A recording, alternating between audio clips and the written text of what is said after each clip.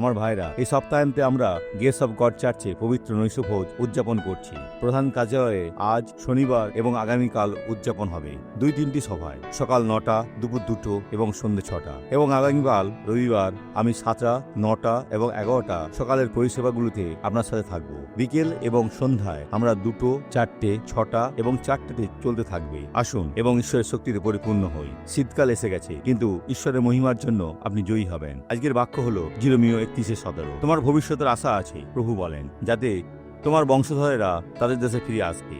তারা সীমান্তের মধ্যে থাকতে চাইছে না। শিশুরা কষ্ট পেয়েছিল, কিন্তু এখন ঈশ্বর তাদের ফিরিয়ে আনছিলেন এবং ঈশ্বর আপনার পুরো পরিবারকেও ফিরিয়ে আনতে চান। আসুন প্রার্থনা করি। পিতা, আমরা প্রার্থনা করি, আমরা আশীর্বাদের ঘোষণা করি। আমি যিশুর নামে শক্তি ব্যবহার করি এবং সমস্ত মন্দকে তিরস্কার করার জন্য আমি আপনার সামনে দাঁড়িয়ে আছি। এই ব্যক্তির জীবন এবং তাদের পরিবারের সকল প্রকার মন্দ এখনই চলে যাও, দূরে চলে যাও, এমনকি তাদের মুখ থেকেও। যিশুর নামে ঈশ্বর আপনার মঙ্গল করুন।